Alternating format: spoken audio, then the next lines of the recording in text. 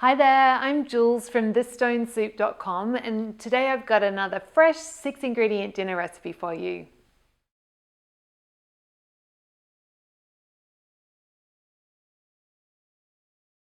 Okay, so for our quick pulled chicken, I've got 2 small chicken breasts, and I'm going to there's like the tenderloin bit that's kind of flap that goes underneath, so I'm just going to cut it off. And then got the chicken breast, leaves the skin on, so I'm just going to cut it in half lengthwise to kind of make 2 pieces so it just cooks a bit quicker. I'm going to get them all in the pan, then I'll cover them, just barely cover them with cold water and a little bit of salt, and then bring it up to a simmer. I'm going to leave the lid off so I can just keep an eye on it and see when it starts simmering.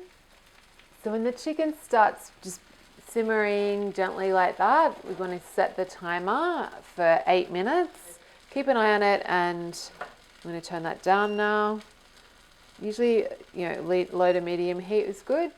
So when the timer goes, you can see how it's just kind of simmering that gentle rate. I've actually had it on a medium heat this whole time with the lid off. I'm just going to check the temperature. So we want it 73°C or 165°F. Yeah, just get the ones out that are done, and then just give the others a few more minutes, check them again, and then when they're all up to temperature, get them all out.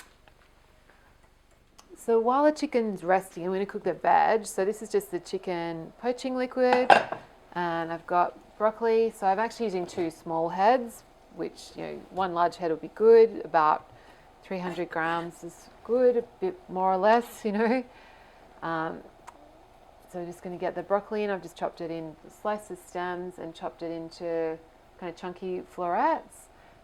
Lid on, and then I'm going to simmer it rapidly for 5 minutes. So while the broccoli is cooking, I've just sliced up my kale, so just crosswise. Finally slice the stems, and then slice the leaves into kind of ribbons, so it's ready to cook. And then for the pine nut mayo, I've got 50 grams of roasted pine nuts, so about 2 ounces, and then 4 heaped tablespoons of homemade mayo, but any mayo is good. So it's about 100 grams, which is 3.5 ounces. I'm just going to stir that, and you might like to season it with some pepper. Depending on if you have homemade mayo, you might want to give it a bit more salt, but that's as easy as it gets for making a sauce.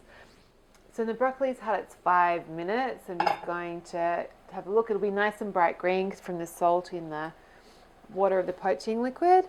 So I'm going to drain the broccoli, but keep a bowl underneath so I can save the cooking liquid, and then we're going to cook the kale in the same pot. Cooking water back in the pot, still on a high heat.